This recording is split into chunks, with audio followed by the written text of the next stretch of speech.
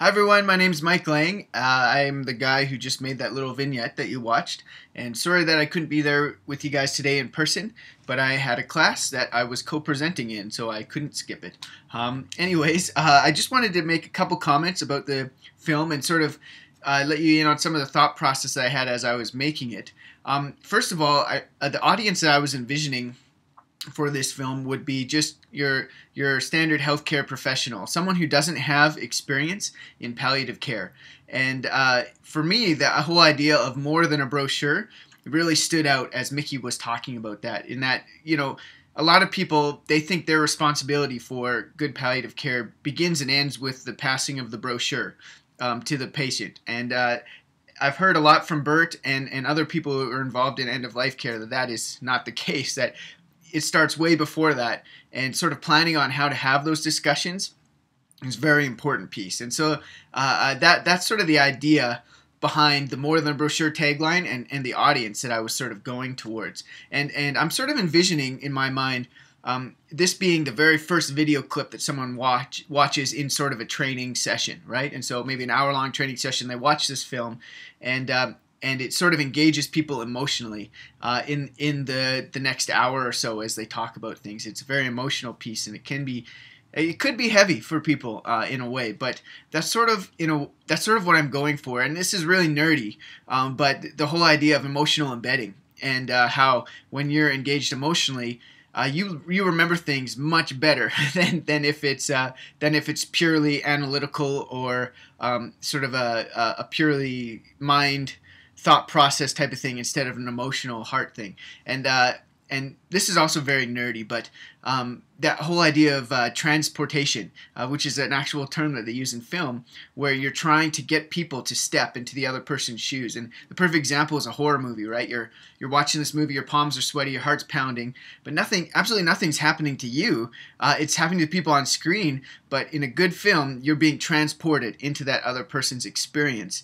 And when transportation occurs, you really remember things, and you're really impacted by things, and you get that visceral response that helps deepen the intellectual pathways and the information that you're taking in. So film is a really great way, I think, for education to take place. And so that's sort of the idea behind this, maybe being the first in a few vignettes. And I think the next ones will be on certain topics using Mickey's story again.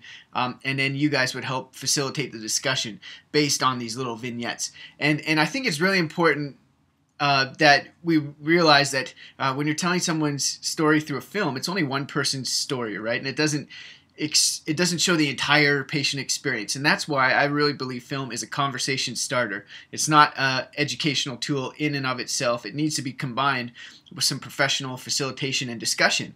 And so that's just another thought. You got to be careful that you don't sort of put all your eggs in this film basket, that it's used to create discussions that are more meaningful for people and to engage people at a deeper level than maybe they normally would.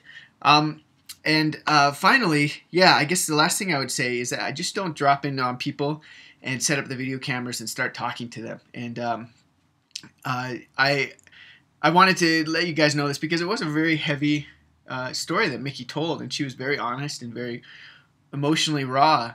And that was only 3 months after her son had passed away when we shot that video. But I did have previous contact with Mickey. I talked to her in person a couple times, on the phone 2 or 3 times, and then she invited me into her house to do that discussion. And she obviously felt very safe, and we had developed some sort of relationship or friendship where she was able to communicate openly and honestly. And that's what the value of film is that when you, as I guess a director or filmmaker, are able to have that personal connection with people, they let you into their life in a way that's so much different than if they'd ever come to an education session themselves and stood up in front of a bunch of very scary doctors and nurses and told their story.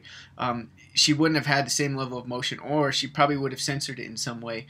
And this is very uncensored and very unapologetically emotional. And I think that's where its value lies. And really, it was very therapeutic for Mickey, in that I sat there for 45 minutes with her. I came to her house, and that just tells people that your story matters.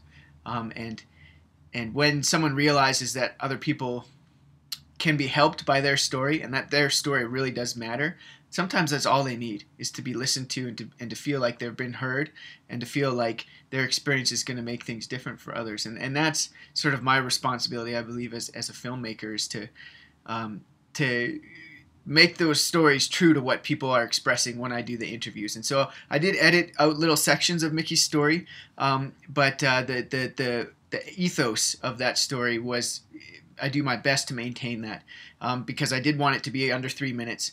And so there's little sections like talking about why her husband wasn't at the appointment with her, which I took out, because I didn't think that really mattered as much to the core of what she was expressing, apart from the fact that she wasn't prepared for that, and her husband not being there was a big part of that. Anyways, I'm rambling now.